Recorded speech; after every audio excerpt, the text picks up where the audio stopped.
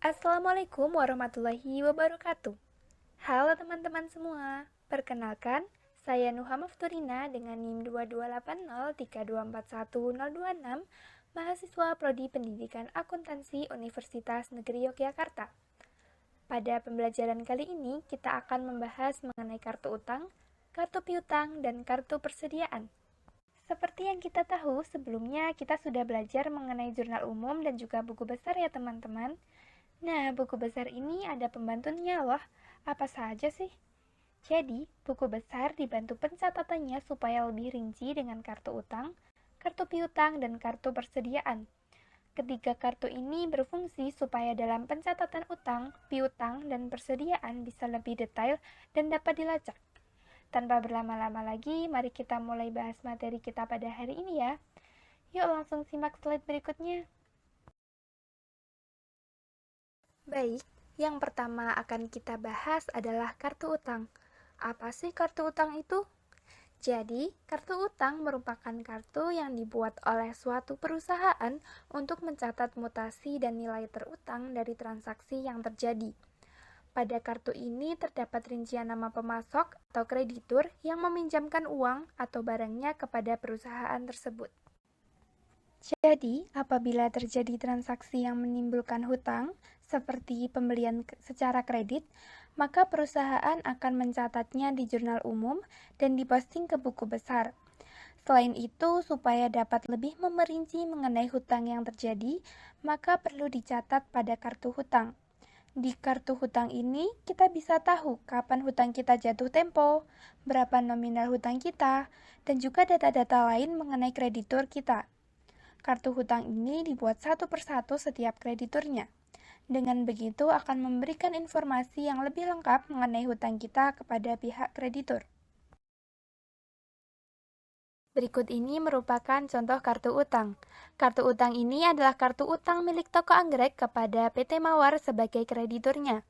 Pada kartu utang ini dituliskan informasi yang cukup lengkap pada pihak krediturnya, yaitu nama, alamat, syarat pembayaran, nomor rekening, dan juga bank yang digunakan untuk bertransaksi. Melalui kartu utang ini juga, toko anggrek mencatat mutasi keluar masuk hutang mereka kepada PT Mawar. Mutasi tersebut contohnya adalah pada saat toko anggrek melakukan pembayaran kepada PT Mawar atau pada saat toko anggrek melakukan pembelian kredit. Transaksi tersebut akan dicatat pada kartu utang ini supaya dapat melacak berapa banyak uang yang harus dibayarkan kepada PT Mawar sesuai jatuh tempo yang sudah dijanjikan sebelumnya. Jatuh tempo tersebut dapat dilihat pada bukti pembayaran, yang mana nomor bukti pembayarannya tercantum dalam kartu utang ini. Baik, masuk ke pembahasan yang selanjutnya adalah mengenai kartu piutang. Apa sih kartu piutang itu? Kartu piutang merupakan kartu yang dibuat oleh suatu perusahaan untuk mencatat mutasi piutang dari pelanggannya.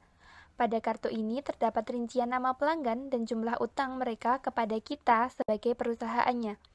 Bisa dibilang kartu piutang ini merupakan kebalikan dari kartu utang, yang mana kartu piutang ini untuk mencatat utang pihak luar kepada kita sebagai perusahaan. Kartu piutang juga dibuat satu persatu sesuai debiturnya.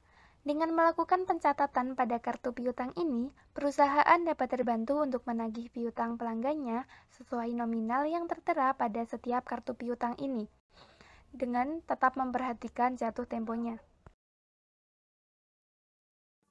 Nah, yang berikut ini merupakan contoh kartu piutang. Sama halnya dengan kartu utang, kartu ini juga menyediakan informasi mengenai pihak luar, yang mana dalam kartu ini adalah informasi mengenai debitur kita. Yang dimaksud debitur di sini adalah pihak yang melakukan transaksi kepada toko kita secara kredit. Pada kartu piutang ini, kita sebagai pihak perusahaan akan mencatat mutasi piutang toko Pamulang kepada perusahaan kita. Dari kartu piutang ini, kita dapat mengetahui berapa banyak piutang kita yang berada di toko Pamulang. Dan kita dapat menagih piutang mereka sesuai jatuh tempo yang sudah dijanjikan sebelumnya. Nah, pembahasan kita yang terakhir adalah mengenai kartu persediaan. Kartu persediaan merupakan kartu yang dibuat oleh perusahaan untuk mencatat keluar masuknya barang dagangan atau persediaan. Kartu ini dapat bermanfaat untuk melacak jumlah stok barang dan juga menghitung harga pokok penjualan. Kartu persediaan ini biasanya ada di perusahaan yang menggunakan metode prefektual untuk mencatat persediaannya. Sebagai contoh, jika kita membeli barang dagangan, maka itu berarti ada barang dagangan atau persediaan yang masuk. Dan jika kita menjual barang, maka itu berarti ada barang yang keluar. Untuk dapat melacak keluar masuknya barang tersebut, maka kita harus mencatatnya di kartu persediaan. Dengan kartu persediaan ini, kita juga bisa mengetahui apabila ada barang dagangan yang hilang.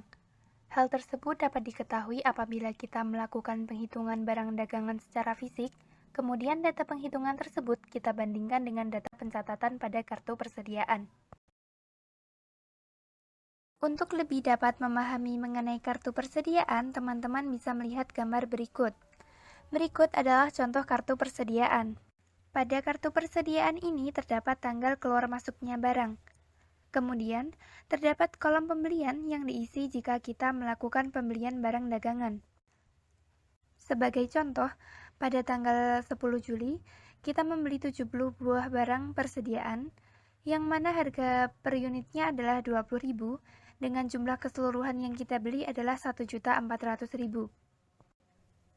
Kemudian, di samping kolom tersebut, terdapat kolom harga pokok penjualan atau biasanya ditulis sebagai kolom barang keluar yang dicatat jika kita melakukan penjualan. Sebagai contoh pencatatannya, di sini pada tanggal 22 kita menjual 40 barang dengan harga pokok per unitnya adalah 19.000 dan keseluruhan yang kita jual sebanyak 7.600.000. Dan yang terakhir, terdapat kolom saldo yang menunjukkan informasi berapa banyak persediaan yang tersisa pada perusahaan kita. Nah, pembahasan materi kita pada hari ini sudah selesai ya teman-teman. Bagaimana? Apakah teman-teman sudah bisa memahami apa itu kartu utang, kartu piutang, dan kartu persediaan? Semoga materi hari ini bermanfaat ya teman-teman. Saya ucapkan terima kasih. Wassalamualaikum warahmatullahi wabarakatuh.